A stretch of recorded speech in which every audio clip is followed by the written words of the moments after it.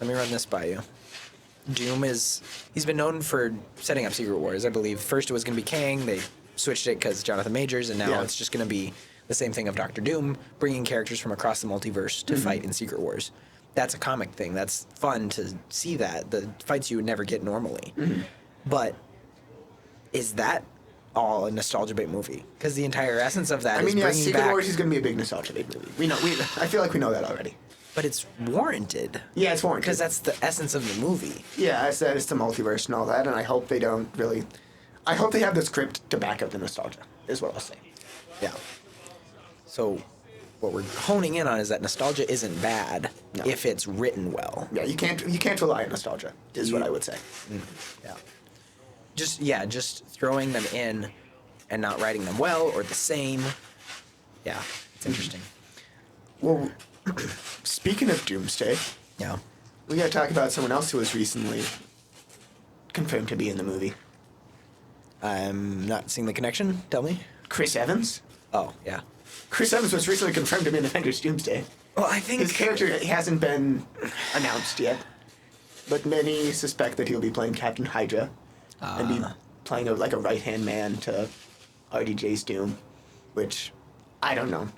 That just feels... It feels like another cash grab.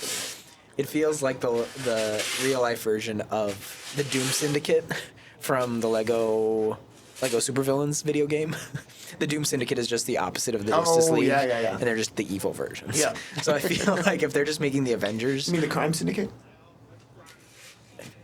It's the Crime Syndicate, yeah. Doom Syndicate is from a different... Yeah, you're right. Yeah. My bad. Yeah, I expected Chris Evans and others to come back for Secret Wars as their characters from the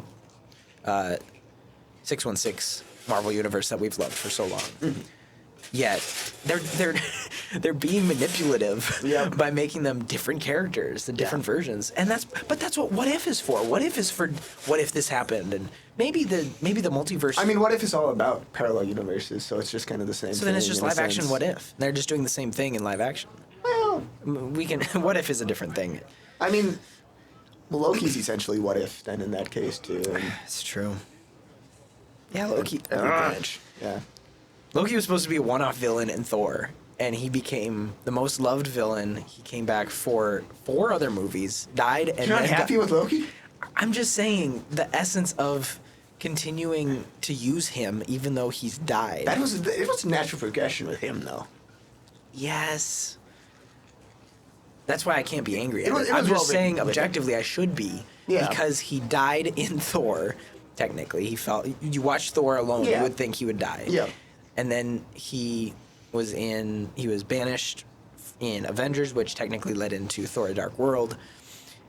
And then he was in Ragnarok and Infinity War and Endgame. No, he wasn't in Endgame. He was in Infinity War, which then... No, he was in Endgame, because they went back in time. So then he's in Endgame, which leads to Loki show. In the other show, which... Yeah, it's weird. It's just because Tom Hiddleston is a pretty boy. That's a bold take. I'll say that right now. Tom Hiddleston is